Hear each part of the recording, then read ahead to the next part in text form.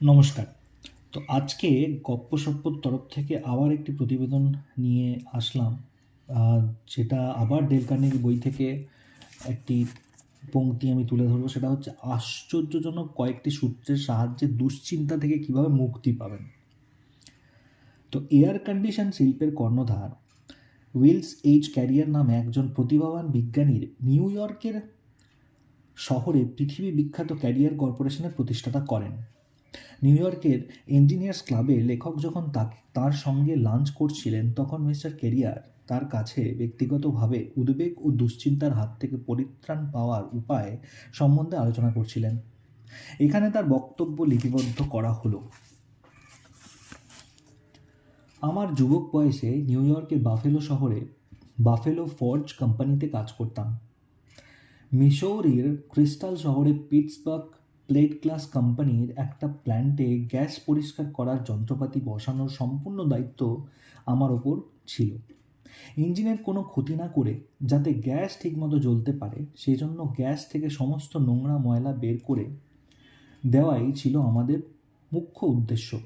এই প্রক্রিয়া বা পদ্ধতি প্রয়োগ ছিল সম্পূর্ণ নতুন। সেখানে কাজ করতে করতে কতকগুলো সমস্যার সৃষ্টি হলো। আমরা যে পিটসবার্গ প্লেট গ্লাস কোম্পানিকে ভালো কাজ দেখাবার প্রতিশ্রুতি দিয়েছিলাম, শেষ পর্যন্ত তা পালন করতে আমরা ব্যর্থ হলাম। নিজের অকৃতকার্যতায় এত বেশি অবাক হয়ে গেছিলাম, মনে হলো যেন আমার মাথায় কেউ হাতুড়ি মেরেছে। আমার পাকস্থলী অন্ত্র লিভার ভীষণভাবে মোচড় দিতে শুরু করলো। আমি এত বেশি উদ্বিগ্ন এবং হতাশ হয়ে পড়লাম যে প্রায় 7টি রাত আমি অনিদ্রায় কাটালাম। শেষ পর্যন্ত সাধারণ জ্ঞানের দ্বারা আমি বুঝতে পারলাম যে এই উদ্বেগ বা দুশ্চিন্তা থেকে প্রকৃতপক্ষে আমি কোনোভাবে উপকৃত হব না। সুতরাং কোনো দুশ্চিন্তা না করে আমি নিজের সমস্যাগুলো সমাধানের জন্য একটা পথ আবিষ্কার করলাম, আর সেটা খুব সুন্দরভাবে কার্যকারী হলো। উদ্বেগ থেকে নিজেকে মুক্ত রাখার এই উপায়কে আমি 30 বছর ধরে ব্যবহার করে চলেছি। যে কেউ এর সাহায্য নিয়ে নিজেকে মোটিভেট করতে পারে এবং এগিয়ে যেতে পারে। এর 3টে পর্যায় আছে। প্রথম পর্যায়, আমি প্রথমে নির্ভয় এবং আন্তরিকভাবে খুব সূক্ষ্মভাবে কারণগুলো খুঁজে বার করার চেষ্টা করি এবং বিশ্লেষণ করি যে কিভাবে এই ভুলটা হলো। এই জন্য নিশ্চয় কেউ আমাকে কয়েদ করবে না বা গুলি করে হত্যা করবে না। সত্যিকারের যেটা ঘটতে পারে সেটা হলো আমি আমার মর্যাদাপূর্ণ পদ থেকে অপসারিত হব এবং বাফেলো ফর্জ কোম্পানির কাছে আমার গুরুত্ব বা মূল্য অনেকাংশে হ্রাস পাবে। আমি আর একটা সম্ভাবনার কথা চিন্তা করলাম, সেটা হলো আমার নিয়োগকর্তারা প্ল্যান্টের সমস্ত যন্ত্রপাতি সরিয়ে ফেলতে বাধ্য হবেন এবং এই প্ল্যান্টের স্থাপনের জন্য যে $20,000 আমরা বিনিয়োগ করেছিলাম তার সম্পূর্ণ আর্থিক ক্ষতিটাই তাদের বহন করতে হবে। দ্বিতীয় পর্যায়, আমি আমার পদমর্যাদা হারাবার এবং সুনাম নষ্ট হওয়ার মতো ক্ষতিকে নির্দ্বিধায় মেনে নিতে প্রস্তুত রইলাম। যদি তেমন কিছু ঘটে তাহলে আমি সহজেই আরেকটি চাকরি খুঁজে নিতে পারব।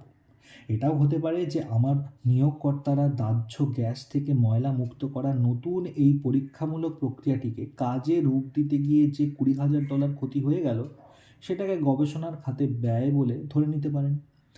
এরকম নানা চিন্তাভাবনার পর আমি মানসিক দিক থেকে বেশ স্বস্তি বোধ করলাম। তৃতীয় পর্যায়, যে চূড়ান্ত দুর্ভাগ্যজনক ব্যাপারটাকে আমি মনে মনে স্বীকার করে নিয়েছিলাম, কোনোভাবে সেটাকে উন্নতির পর্যায়ে নিয়ে যাওয়া যায় কি না সেই চেষ্টাটাই আমি আবার মূল্যবান সময় এবং শক্তিকে নিয়োগ করলাম। আমরা যে $20,000 মূল্যের আর্থিক ক্ষতির সম্মুখীন হয়েছিলাম তার পরিমাণটাকে যদি কমানো যায় একটু, সে বিষয়ে নানা রকম উপায় চিন্তা করতে শুরু করলাম। আমি কতকগুলো পরীক্ষা করে দেখলাম এবং শেষ পর্যন্ত এই সিদ্ধান্তে উপনীত হলাম যে যদি আমরা অতিরিক্ত কিছু যন্ত্রপাতির জন্য আরও $5,000 খরচা করতে পারি তাহলে প্ল্যানটাকে আমরা কার্যকরী করে তুলতে পারব। আমরা আমাদের পরিকল্পনা অনুযায়ী কাজ করে ক্ষতির পরিবর্তে $15,000 লাভ করলাম। তারপর থেকে আমি যখনই কোনো গুরুতর সমস্যার সম্মুখীন হয়েছি এই উপায়ে সাফল্যের সঙ্গে সমস্যার সমাধান করেছি। ফলে উদ্বেগ ও দুশ্চিন্তা মুক্ত হয়ে আমি বর্তমানে আনন্দপূর্ণ জীবন অতিবাহিত করছি। অ্যাপ্লাইড সাইকোলজির জনক প্রফেসর উইলিয়াম জেমস তার ছাত্রদের কাছে যে বক্তব্য রেখেছিলেন তার মধ্যেও পূর্বোক্ত আলোচনার প্রতিফলন দেখতে পাওয়া যায়। তার কথায় দুর্ভাগ্যজনক ঘটনা যা কিছু ঘটতে থাকে বা ঘটতে চলেছে তাকে স্বীকার করে নেওয়াই এর অমঙ্গলজনক পরিণতিকে এড়িয়ে যাওয়ার প্রথম পদক্ষেপ। চীনা দার্শনিক নিন ইউসাংয়ের বহুল পাঠিত পুস্তক দ্য ইম্পর্টেন্স অব লিভিং এই একই মতবাদ বিবৃত রয়েছে। তিনি বলেছেন, আন্তরিকভাবে চরমতম মন্দকে মেনে নেওয়ার মধ্যেই প্রকৃত মানসিক শান্তি খুঁজে পাওয়া যায়। আমার ধারণা এর ফলে কাজ করার উদ্দেশ্য এবং উৎসাহ অনেকটাই বেড়ে যায়। যখন আমরা চূড়ান্ত মন্দকে স্বীকার করে নিই, আমাদের হারাবার মতো আর কিছু থাকে না। এ থেকেই স্পষ্ট বোঝা যায় যে আমাদের হারাবার মতো যখন কিছু থাকে না, তাহলে পাওয়ার মতো সব কিছুই থাকে। উইলস এইচ ক্যারিয়ার বলেছিলেন, চরম মন্দকে মেনে নেওয়ার পর তিনি যে মানসিক স্বস্তি পেয়েছিলেন তা থেকে বহুদিন তিনি বঞ্চিত ছিলেন। তারপর থেকে যখনই কোনো সমস্যার সম্মুখীন হয়েছেন, উদ্বেগ আর দুশ্চিন্তা শূন্য শান্ত মনে যুক্তিপূর্ণ চিন্তাভাবনার মাধ্যমে সেই সমস্যার সমাধান করেছেন। উইলস এইচ ক্যারিয়ারের সূত্র অনুসরণ করে ম্যাসাচুসেটসের উইনস্টেনচেস্টার শহরের বাসিন্দা আর্ল পি হ্যানে কীভাবে দুশ্চিন্তা থেকে মুক্ত হয়েছিলেন সেই ঘটনাটি 1948 সালের 17 নভেম্বর বস্টনের স্টলার হোটেলে বসে লেখককে বর্ণনা করেছিলেন। আমি সর্বদা এত বেশি দুশ্চিন্তা করতাম যে আমি দুরারোগ্য পাকস্থলীর আলসারে আক্রান্ত হলাম। বেশ কিছুদিন রোগ ভোগের পর হঠাৎ একদিন রাত্রে মারাত্মক রক্তক্ষরণ হতে শুরু করলো। সঙ্গে সঙ্গে আমাকে হাসপাতালে নিয়ে যাওয়া হলো। আমার ওজন 175 পাউন্ড থেকে কমে 90 পাউন্ডে দাঁড়ালো। আমি সাংঘাতিকভাবে অসুস্থ হয়ে পড়ার ফলে ডাক্তাররা আমাকে একটা হাত তুলতেও নিষেধ করলেন। 3 জন ডাক্তার এবং খ্যাতনামা একজন আলসার বিশেষজ্ঞ আমাকে জানালেন আমার এ ব্যাধি আরোগ্য হওয়ার সম্ভাবনা আদৌ আছে বলে তারা মনে করছেন না। আমাকে ওষুধ হিসাবে দেয়া হলো অ্যালকালাইন পাউডার, আর প্রতি ঘন্টার পথ্য হিসেবে বা প্রতি ঘন্টার খাদ্য হিসেবে 1/2 চামচ দুধের সঙ্গে 1/2 চামচ ক্রিম বরাদ্দ করা হলো। একজন নার্স প্রতিদিন রাত্রে এবং সকালে আমার পাকস্থলীর মধ্যে রাবারের নল ঢুকিয়ে সমস্ত বজ্র পদার্থ বের করে দিতে শুরু করলেন। বেশ কয়েক মাস এভাবে কেটে গেল। শেষ পর্যন্ত আমি নিজেকে বললাম, দেখো আল হ্যানের 3 কালে থেকে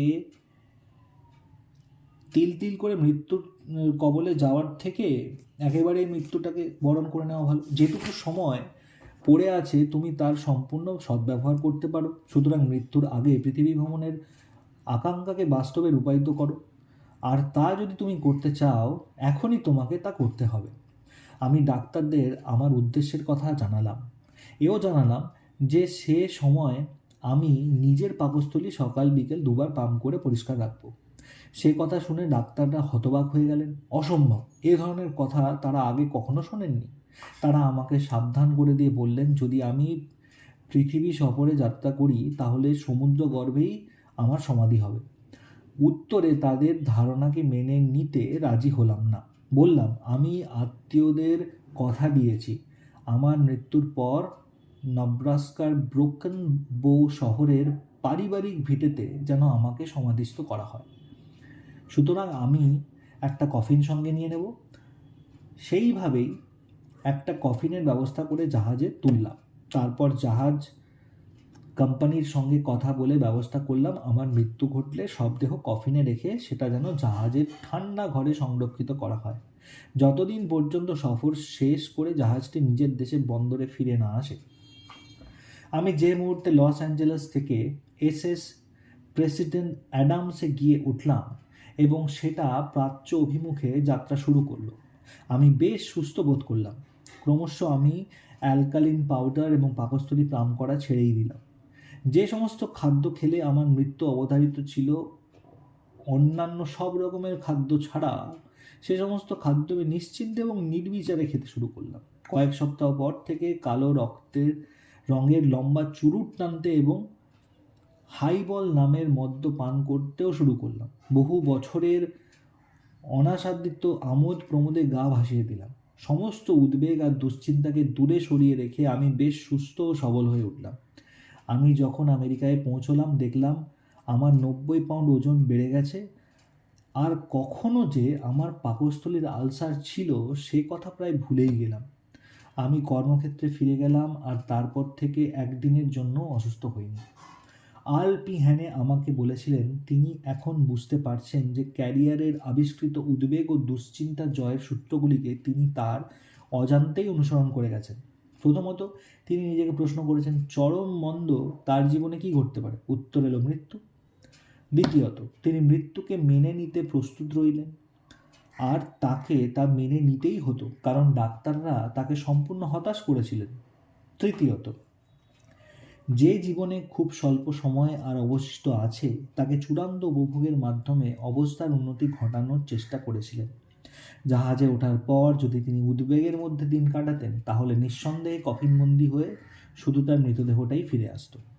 সমস্ত দুশ্চিন্তা ভুলে তিনি আনন্দের স্রোতে নিজেকে ভাসিয়ে দিয়েছিলেন বলেই তার মন এক অদ্ভুত প্রশান্তিতে ভরে উঠেছিল, আর এই প্রশান্তি তার মধ্যে অপুরন্ত উৎসাহ উদ্দীপনা সঞ্চার করে তার প্রাণ রক্ষা করেছিল। যদি আপনি কোনো সমস্যার সম্মুখীন হয়ে উদ্বেগ ও দুশ্চিন্তার শিকার হন তাহলে উইলস এইচ ক্যারিয়ারের 3টি পদ্ধতি অবলম্বন করে এই সমস্যার সমাধান করতে পারেন এবং দুশ্চিন্তা থেকে মুক্ত হতে পারেন। 1. নিজেকে প্রশ্ন করুন, এই সমস্যার পরিপ্রেক্ষিতে আপনার ক্ষেত্রে সম্ভাব্য চরম ক্ষতি কী হতে পারে। 2.